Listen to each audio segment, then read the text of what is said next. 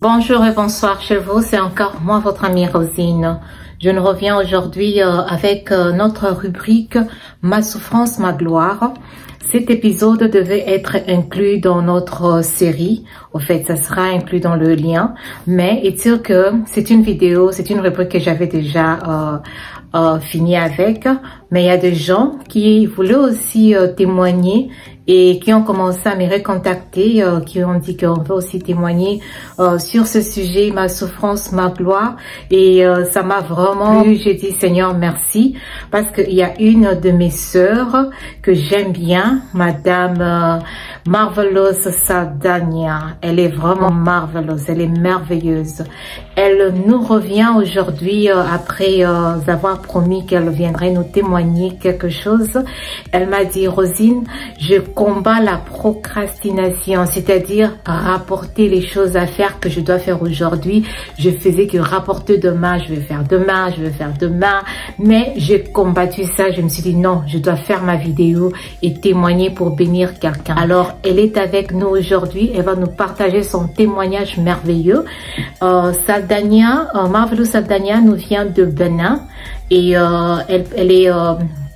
c'est une femme qui est dans les affaires divers, elle est dans l'informatique, elle est dans beaucoup des affaires et je connais pas tout, mais c'est une femme d'affaires merveilleuse et je l'ai rencontrée dans le réseau des affaires et elle est devenue une bénédiction pour moi. C'est elle qui a fait mon site web de mon business et par la grâce de Dieu, vous pouvez toujours le voir dans la description que je veux mettre pour voir un peu ce qu'elle fait.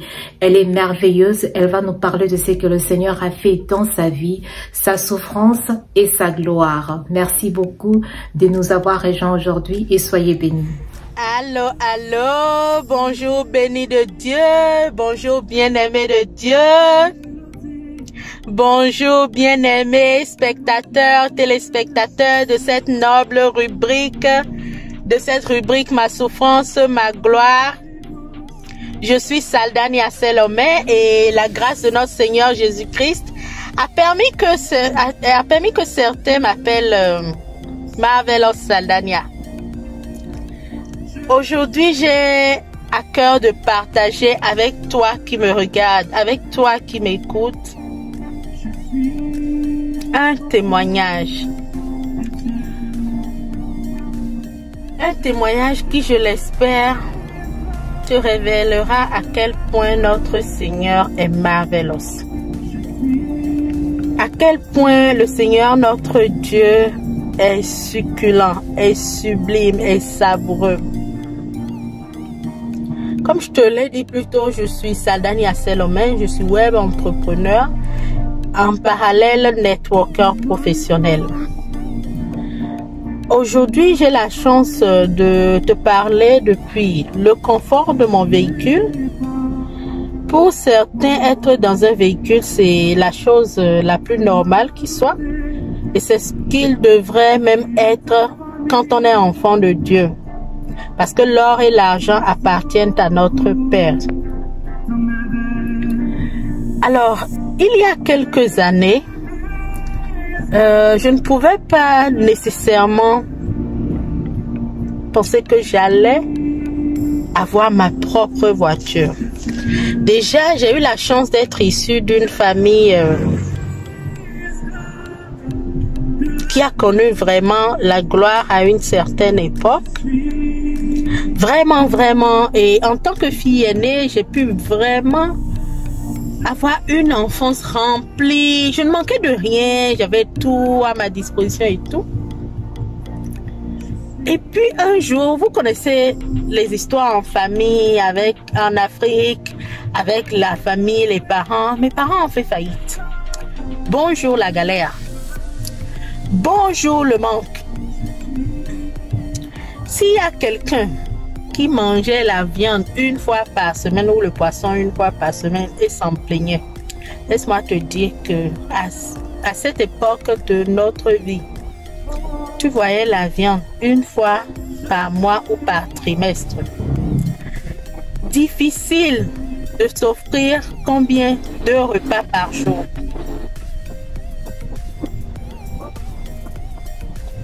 Pour la jeune adolescente que j'étais en ce moment, c'était un choc vraiment de taille.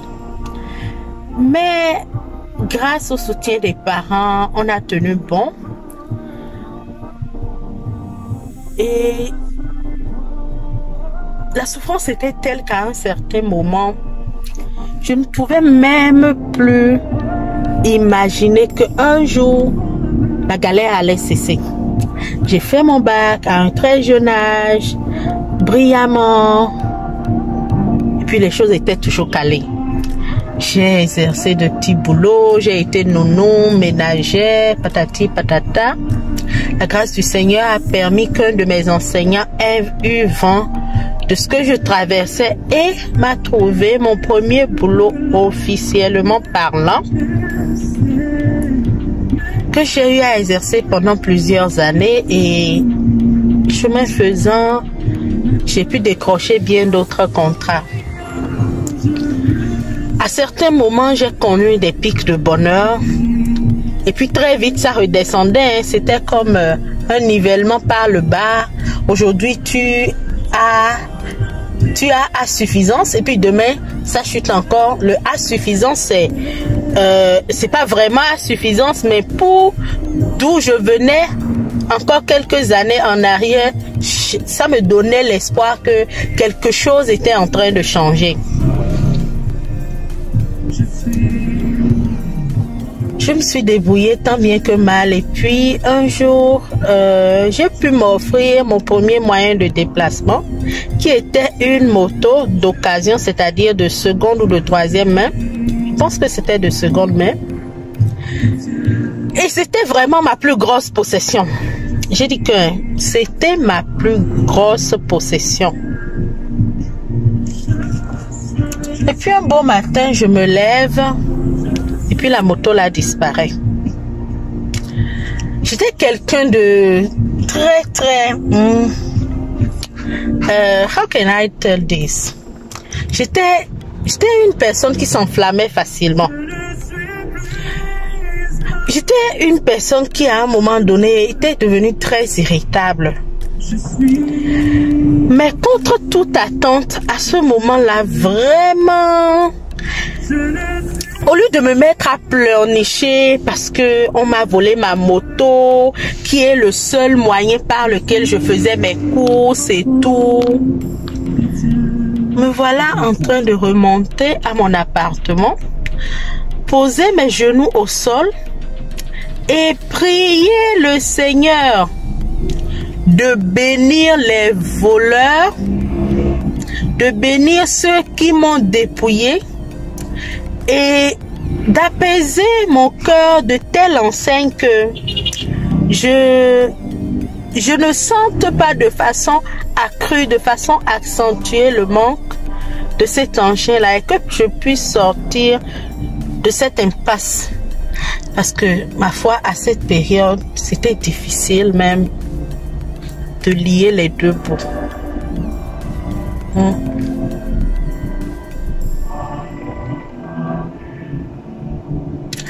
Je n'ai pas compris par quelle force j'ai fait cette prière.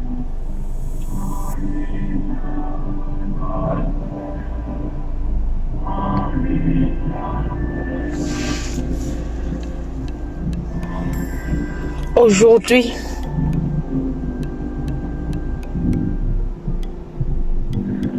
quatre ans plus tard, je suis Lady Boss.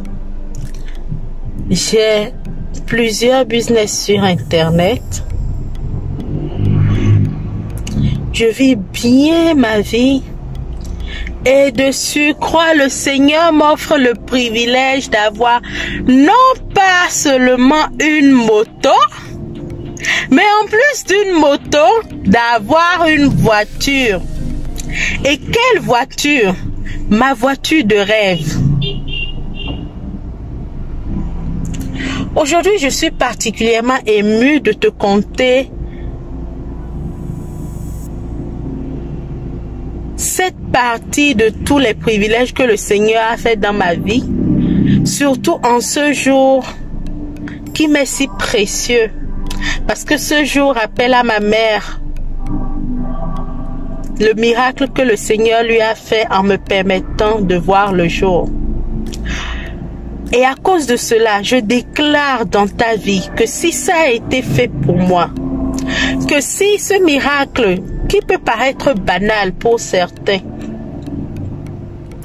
a pu changer autant mon existence, c'est que le Seigneur fera voir le jour dans ta vie à des miracles d'ordre nouveau, à des mystères qui vont te faire grandir au-delà de tout entendement. Je te souhaite vraiment de vivre la gloire du Seigneur. Va de gloire en gloire.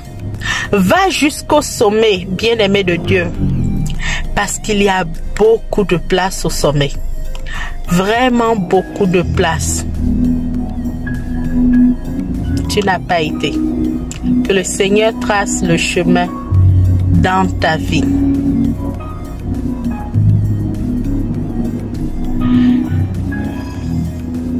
J'ai foi qu'il a déjà exaucé à ma prière pour toi.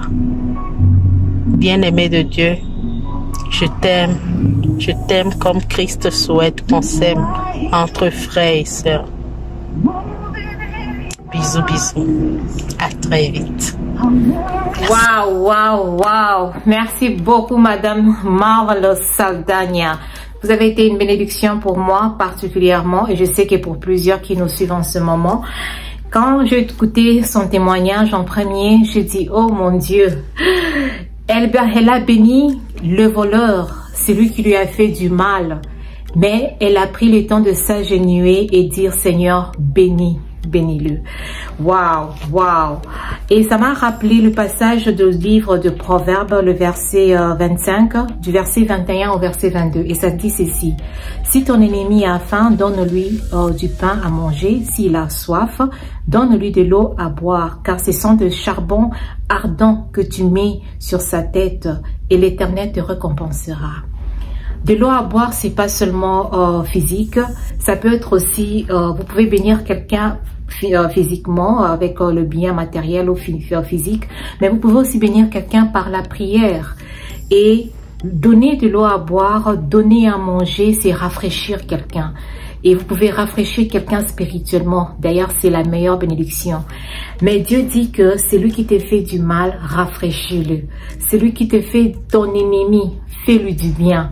Et souvent, on prie pour les gens qui sont gentils envers nous, nos amis, ceux avec qui on s'entend bien. Mais nos ennemis, on peut passer du temps à les critiquer, à dire du mal d'eux, mais des fois on n'y pense même pas à prier pour eux.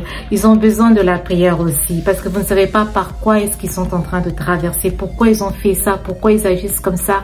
Il y a toujours une raison. Alors je bénis le Seigneur pour ce cœur que le Seigneur vous a donné, Saldana Marvelous, de prier pour ce voleur-là. Et Dieu seul sait qu'est-ce qui l'a poussé à voler. La misère, je sais pas, on ne sait pas, mais vous avez pris le temps de prier pour lui et de le bénir. Et Dieu vous a récompensé, comme il a dit. Il vous a récompensé. Il a donné plus que même la moto qu'on avait volée. Dieu est bon, Dieu est fidèle, il est juste. Alors que le Seigneur vous bénisse abondamment de nous avoir amené ces témoignages. Je sais que beaucoup seront bénis par ces témoignages. Et il y a une leçon ou deux leçons que je tirais dans votre témoignage aussi. C'est votre attitude dans la souffrance déterminera votre altitude après la souffrance. L'attitude dans laquelle vous allez monter, vous allez être béni. Ça dépend de votre attitude dans votre moment de souffrance, de manque ou d'injustice. Qu'importe ce que la souffrance représente dans votre vie en ce moment, sachez que l'attitude que vous avez, vous adoptez, va déterminer ce qui va arriver par après. Et je bénis le Seigneur parce que il ne perd pas la souffrance. Quand vous passer par la souffrance, demandez toujours à Dieu, qu'est-ce que tu veux m'enseigner par cette situation?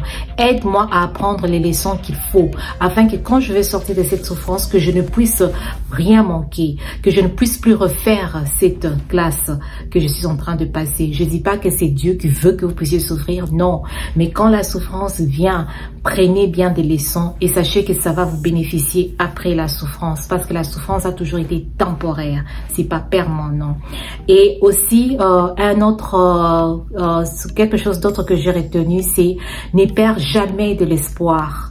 Tant que cet espoir est basé sur Jésus-Christ, la personne de Jésus, sur sa parole, ne perds pas espoir, parce qu'il est vivant, il est ressuscité et il vit encore aujourd'hui. Alors il est celui qui exauce la prière. Mettez votre foi en Dieu, votre espoir en Dieu. L'espoir ne trompe jamais et Dieu fera ce qu'il a promis. Gardez cette foi-là et cet espoir-là dans la parole. Quelle est cette parole que Dieu vous a donnée cette année? Ma parole à moi, c'est: n'étais-je pas dit que si tu crois, tu verras la gloire de Dieu? Alors j'y crois. Merci Seigneur pour ces moments. J'espère que vous avez été bénis. Souscrivez, aimez, partagez et que le Seigneur vous bénisse abondamment. On se retrouve la prochaine fois avec ce moment, avec un moment avec de bless. Que le Seigneur vous bénisse. Au revoir.